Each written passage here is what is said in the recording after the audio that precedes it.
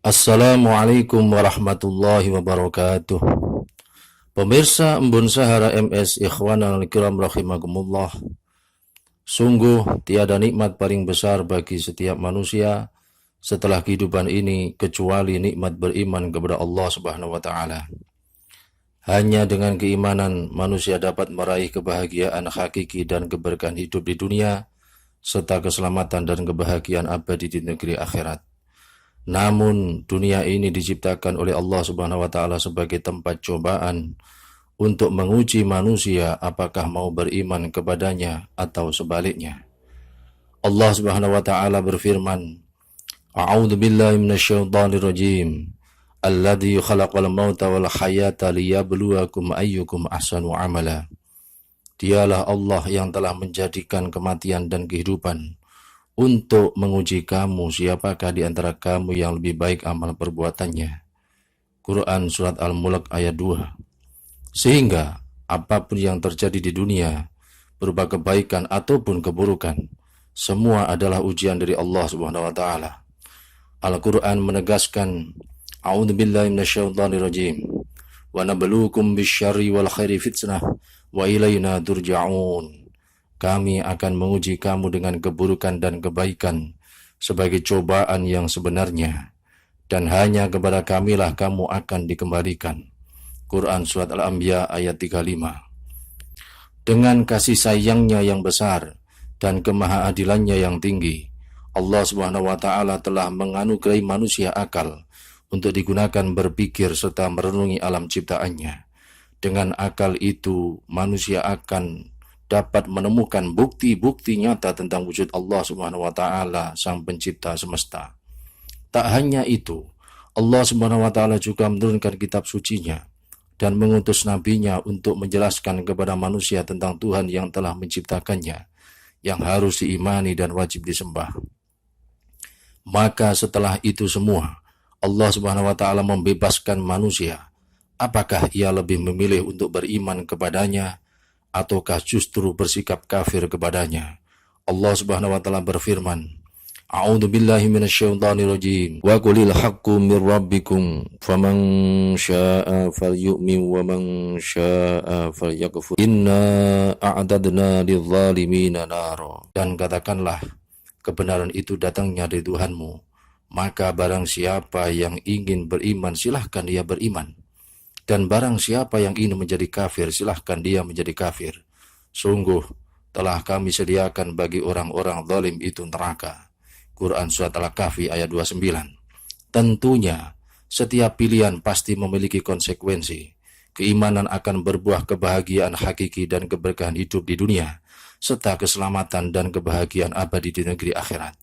Sedangkan kekafiran akan berbuah kehinaan dan ketidakberkahan hidup di dunia, serta kepedihan dan penderitaan abadi di negeri akhirat. Sesungguhnya kekafiran itu bermacam-macam. Salah satunya adalah tidak mempercayai adanya Tuhan atau kufur ingkar. Kufur ini biasa disebut dengan istilah ateis atau ilhad, yang belakangan ini mulai tersebar di mana-mana. Wa na'udzubillahi min dzalik. Sungguh sangat kasihan. Hari kini masih ada manusia yang tidak percaya adanya Tuhan alias ateis. Betapa lemah sekali akal pikiran mereka untuk merenungi tanda-tanda kebesaran Tuhan yang tersebar di sekeliling mereka. Dan betapa tidak mampunya mereka untuk menangkap suara fitrah yang sangat nyaring menggema dalam jiwa mereka. Memang banyak sekali faktor yang melatar belakangi manusia terjerumus ke dalam ateis. Namun hal itu tak lepas dari 4 sebab inti berikut. 1. Sikap takabur atau sombong, sebagaimana disebutkan dalam surat Al-Furqan ayat 21. Kedua, penyimpangan atau kesesatan berpikir, sebagaimana disebutkan dalam surat Al-Ghafir ayat 36-37. Ketiga, zalim, sebagaimana disebutkan dalam surat An-Nisa ayat 153. Dan keempat, kebodohan, sebagaimana disebutkan dalam surat Al-Baqarah ayat 118. Sesungguhnya manusia adalah makhluk religius, makhluk yang agamis, alias makhluk yang bertuhan. Ini adalah fitrah yang menjadi naluri pembawaan yang terdapat di setiap jiwa manusia, siapapun orangnya. Maka, dalam jiwa setiap manusia sesungguhnya pasti terdapat keyakinan bahwa ada kekuasaan dan kekuatan Maha Besar di alam ini. Hanya kesombongan dan keangkuhan manusialah yang menutupi fitrah religius tersebut. Allah Subhanahu wa taala telah berfirman, A'udzu billahi minasyaitonir rajim. Fitratallahi allati fataran nasa 'alaiha la tabdila li khalqillah. Dzalikad dinul qayyim walakinna aktsaran nasi la ya'lamun. Tetaplah atas fitrah Allah yang telah menciptakan manusia menurut fitrah itu. Tidak ada perubahan pada fitrah Allah. Itulah agama yang lurus. Tetapi kebanyakan manusia tidak mengetahui. Quran Surat Ar-Rum ayat 30. Tak jarang suara fitrah itu akan muncul lebih terang benderang pada saat-saat manusia menghadapi kesulitan yang tak mungkin lagi dapat terelakkan. Suara fitrah itu akan muncul sangat jelas manakala manusia menghadapi musibah, bencana, malapetaka, sakit parah, atau keputusasaan. Fitrah itu akan menunjukkan rasa sangat butuh kepada pertolongan Tuhan yang Maha Kuasa. Ini telah dijelaskan dalam Al-Quran. A'udzubillahi minasyaitonirrajim. Wa idza massal insana dhurrun da'a rabbahu muniban ilaihi thumma idza khawwalahu ni'matan minhu nasiya ma kana yad'u ilaihi min qabl. Apabila manusia itu ditimpa bencana, dia memohon pertolongan kepada Tuhannya dengan kembali kepadanya. Kemudian apabila Tuhan memberikan nikmatnya kepadanya, maka lupalah dia akan bencana yang dia pernah berdoa kepada Allah sebelum itu. Quran Surat Az-Zumar ayat 8.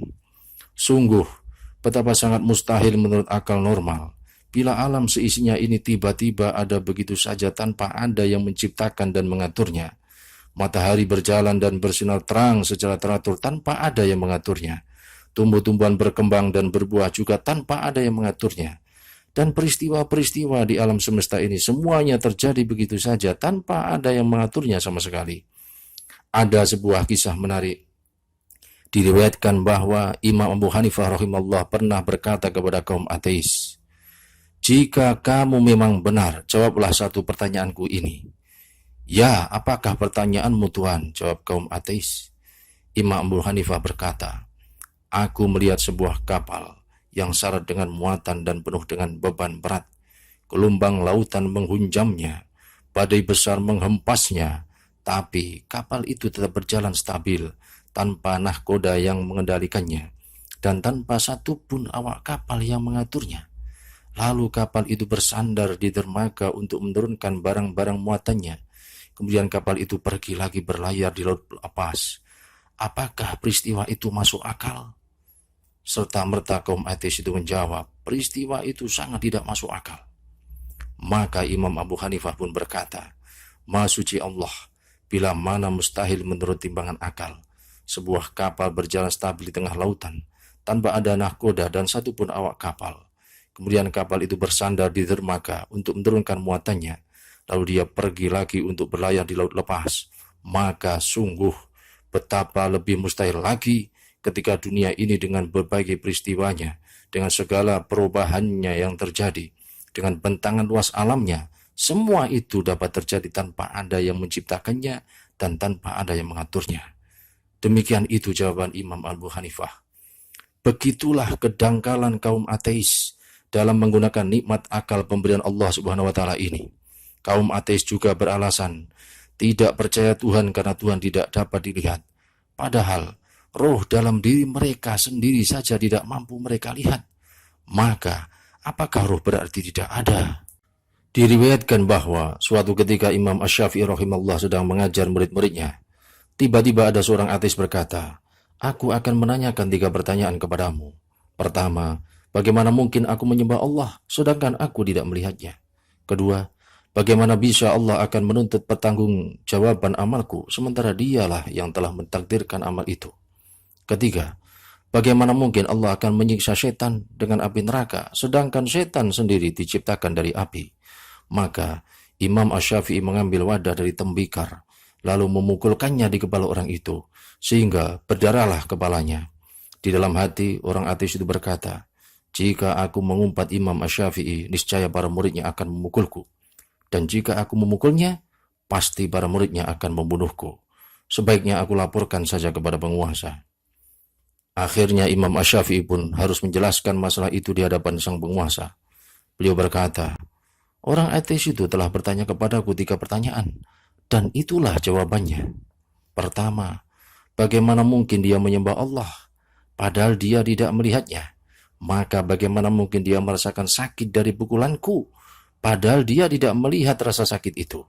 Kedua, bagaimana bisa Allah akan menuntut pertanggungjawaban amalnya sementara Allah lah yang telah mentakdirkan amal itu?